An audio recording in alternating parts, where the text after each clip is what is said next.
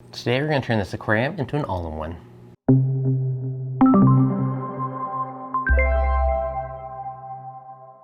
What's going on, guys? Devin from ReefDudes. Now, a lot of you guys are probably cooped up in the house right now, and it's good to have some projects, keep yourself busy. And today we are turning this tank into an all-in-one aquarium. Now, this is actually the auto top-off from my water box peninsula tank. Now, I have my water change station downstairs that it's pulling directly from, so I'm not actually using this tank.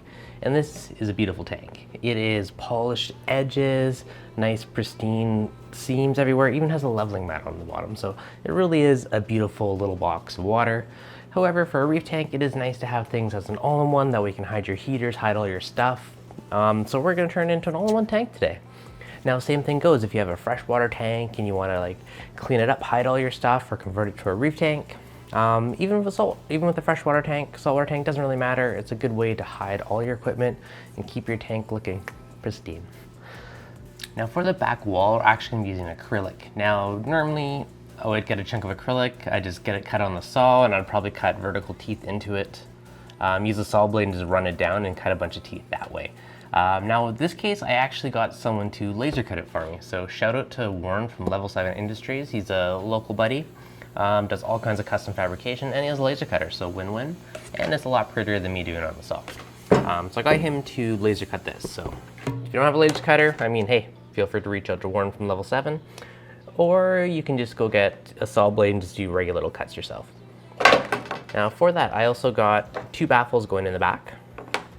And I found, actually, I was gonna do like a little cage with just some egg crate on top that I'd do a bit of filter floss, but I found an old little overflow box from one of my old innovative marine tanks. We're gonna use that as kind of our mini basket. And for the return pump, we're gonna be using a Sice Secret Silent.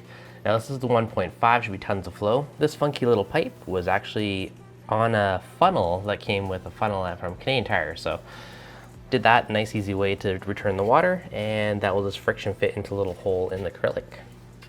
Now to button this all together, we are going to be using some Weld-On 16, and this is kind of like a gel acrylic solvent.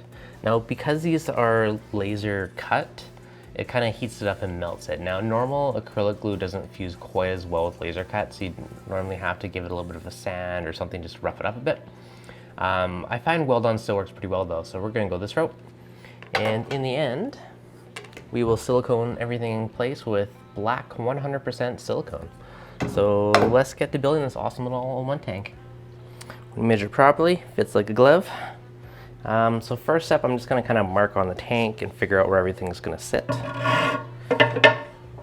Now, one of the last steps once we get all the baffles glued is gonna be to glue this inside of the tank, or to silicone it.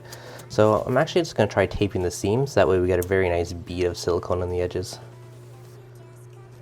And doing it this way will allow me to rip off the tape and just clean up that edge.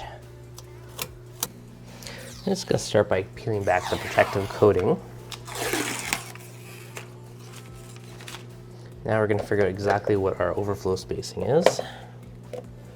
So I'm gonna have it sit fairly close to the top, just a little bit under. Just leave a tiny gap around the edge. And just gonna use my level just to make sure it's nice and straight.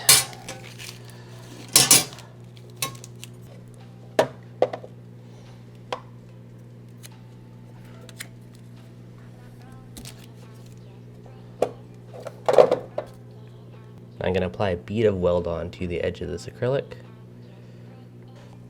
and get it placed right between our marks. We got our box and our plastic just to make sure it stays nice and straight until it cures. So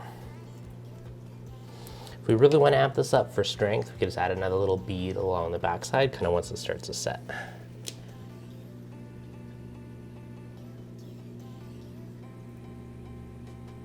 So the next one's going to be our return pump chamber. So we're going to have a middle section that's going to house our heater, as well as any dosing lines, and then our return pump chamber is going to be on the opposite side.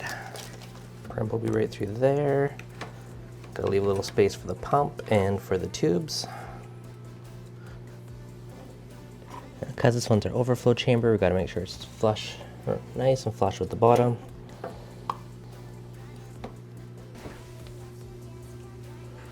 Run a little bead on the outside just for added strength. Now it's going to be about 24 hours or so until it's fully cured, but if we let it sit for an hour or two, be cured or dry enough that it's not going to budge, and we can get it siliconed into the tank. So now we're going to give it a quick test fit and make sure it all fits in there. Then we'll tape off our seams. Now just to make sure we have nice seams inside the tank, I'm going to do a little bead of tape around it. That way once we silicone it, we can peel off the tape and it'll give us a nice straight edge.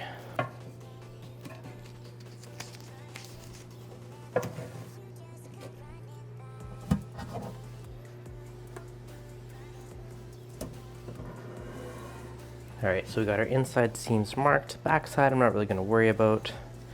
After this is all said and done, probably cover that in vinyl later and then you won't see it anyways. Now it would definitely be tight to get inside of there, so I think we're going to pre-apply silicone to kind of the back sides of all these. That way we can just kind of bloop, plop it in place and it should hold everything in there.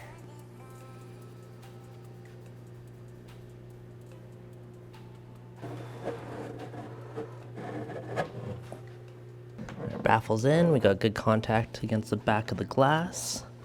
And now I'm going to put my tape on it just to hold things nice and tight in place.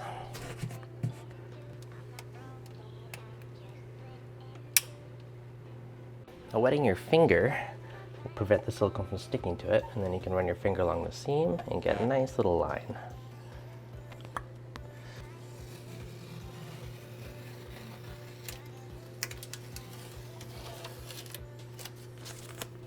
Ideally, you want to leave this overnight until your silicone dries, and once it does, things will be nice and sturdy and you're ready to get everything installed. So first, let's install our size return pump.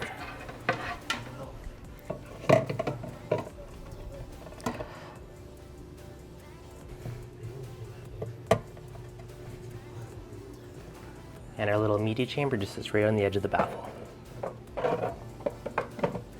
And our little DIY all-in-one nano is complete.